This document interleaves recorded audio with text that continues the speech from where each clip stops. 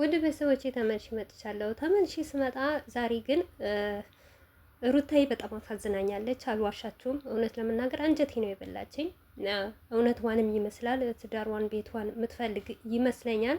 እና ራሱ በጣም እንባ እየተናናቃት ነበረ በስተመጨረሻ ማለት ነው። ነገር ግን እሱን ለማሳመን ብላ አንዴ እንባዋን ሲመጣ አንዴም ኮስተርም ስትል ፈገግም እያለች እሱ ለመመለስ ነበረ። እሱ ግን ምንም አይነት ስሜት አልተሰማውም ማለት ነው። በነገራችን ላይ ግራ የተጋባውት ነገር ቢኖር ማለት ነው ቤተሰብ እንዴት ነው የተበደለ ሰው ነው ይቅርታ የሚጠይቀው? ተበዳይ ነው። ሩታ እኮ እዚህ ጋር ተበድላለች እንጂ እኮ ሰውን አልበደለችም እኮ። አብርሽም ቢሆን ከመጀመሪያ ጀምሮ የበደላት አብርሽ ነው እንጂ ሩታ አልበደለችው። እውነት ለመናገር ማለት ነው። ሲቀጥል ሁልጊዜ ማለት ነው ሩታ ይቅርታ በጠየቀችበት ሰዓት ያን ሁሉ ሰው ሲለምንሽ፣ ጋሽዬ ሲለምንሽ፣ የከሌ ሲለምንሽ የሚባል ነገር እኔ በጣም ነው የሚያናደኝ ማለት ነው። እዚህ ጋር እኮ ጋሽዬም ቢለምኗት ማለት ነው በሰዓቱ ቤተሰብ አብርሽ የት ነበረ? እዚህ ጋር ትዳሩ የምትኖረው ባል የሚሆኑት ጋሽዬ ናቸው ወይስ አብርሽ ነው? አብርሽ በሰዓቱ አራስ ቤት እያለች አይደል እንዴ ጥሏት ከሄርሜላ ጋር የሆነበት ሂዶ እየተዝናና የነበረ? እሱንም ሄርሜላ የፍቅር ጥያቄ አቅርባለት ከዛ ፌንት ነቅሎ ከሐኪም ቤት ወጥቶ መዝናናት አለብህ እና እንድትዝናና እንፈልጋለን ብለውት አይደል ይዘውት ሄዱት።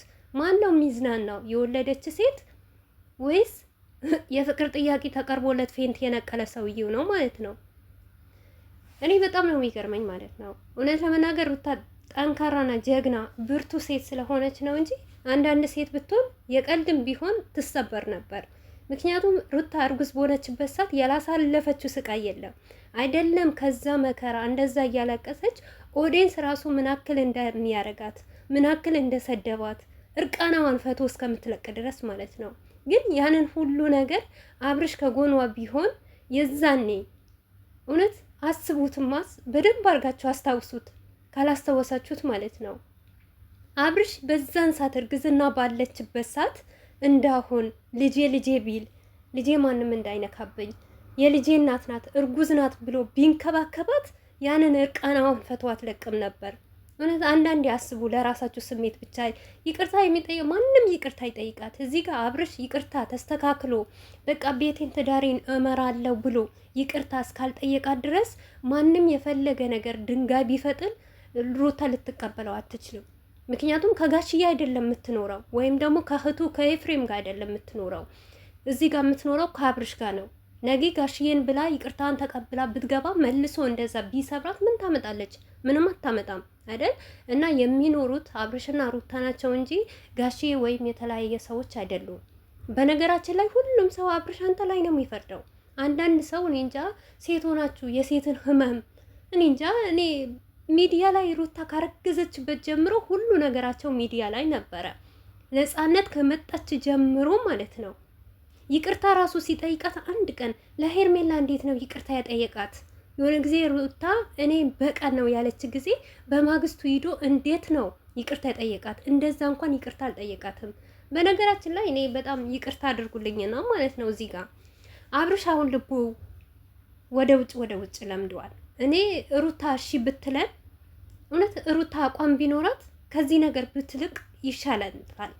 ምክንያቱም ዛሬም ቢታረቁ ነገም ከሄርሜላም ጋር ቢለያዩ ሌላም ሴት ይዞ መምጣቱ አይቀርም። ይህንን ነገር ስል ደግሞ በጣም ይቅርታ። ነገር ግን አንድ ሰው ቤቱን የሚፈልግ ትዳሩን የሚፈልግ ሰው ከሚስቱ በተለያየ በማግስቱ ከሌላ ከውሽሚት ጋር ከተለያየ ሰው ጋር አይሄድም። ቢያንስ እንኳን 1 አመት 2 አመት ሰብር ያደርጋል፣ በትዕግስት ይጠብቃል ማለት ነው። አብርሽ አንድ ቀን ከሩታ ከተጣሉ ማለት ነው ትዕግስት የሚባል ነገር እኔ አይቼበት አላውቅም። ዛሬ ከሩታ ይጣላል፣ ነገ ሄርሜላ ጋር ይሄዳል።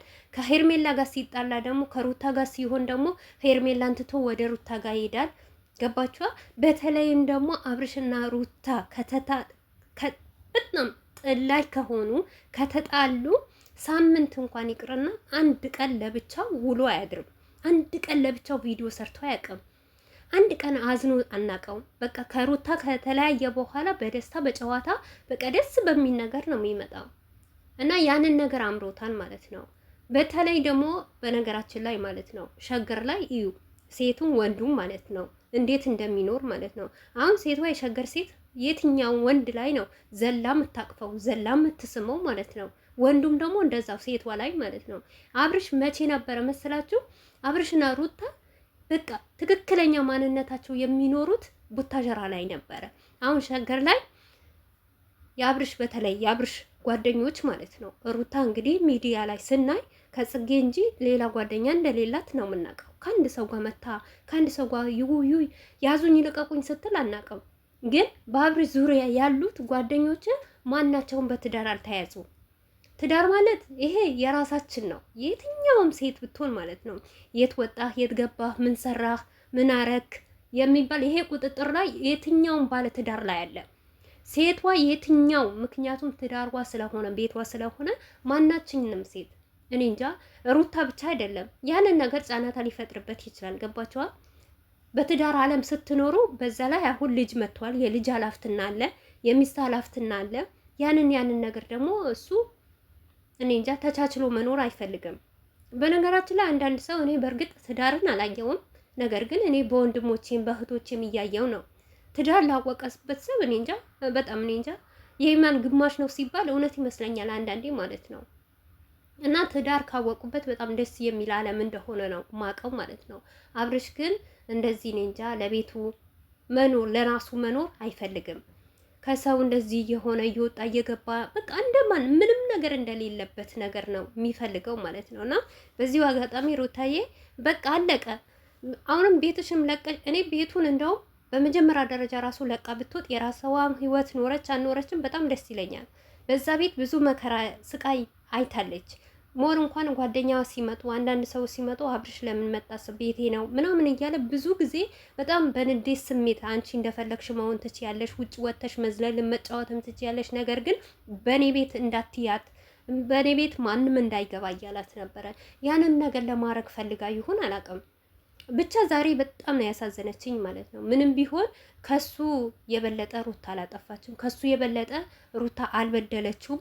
ማንም ይቅርታ ቢላት ማንም ቢያስታርቃት እዚህ ጋር አብርሽ እስካልተመለሰ ድረስ የእሷ ትዳር ማንም አይኖረውም ማለት ነው። ጋሼ ማስታረቁ ቡዝዬም መጣች፣ ኤፍሬምም ተናገረ። እነዚህ ለሩታ ህይወቷን አይሆኑላትም፣ ትዳሯን አይሆኑላትም። እነሱ አይደለም ያኖሯት ከነሱ አብራ የምትኖር ሰዎች አይደሉም። ከአብርሽ ነው የምትኖረው። መስተካከል ያለበት ይቅርታ መጠየቅ የነበረበት አብርሽ ነው እንጂ እሱ ሌላ ሀገር እየተዝናና ሌላ ሀገር ሂዶ ከሌላ ሴት ጋር እየተላላጠ አባቱ መጥቶ ወይም ደግሞ እህቱ መጥቶ ይቅርታ ማሪው ብትባል እንኳን አይደለም ሩታ ማንም አይምርም።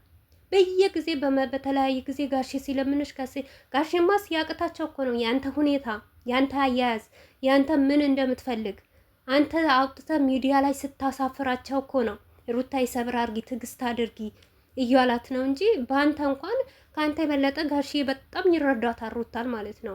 አሁን ደግሞ ጋሽዬ የለመኑሽ እንደዚህ ያሉሽ ያንን አሉሽ በሰው ፊት እንድትጣላ ደግሞ አታደርጋት ማለት ነው። ስለዚህ ሩታ እንደውም ቢቀርባል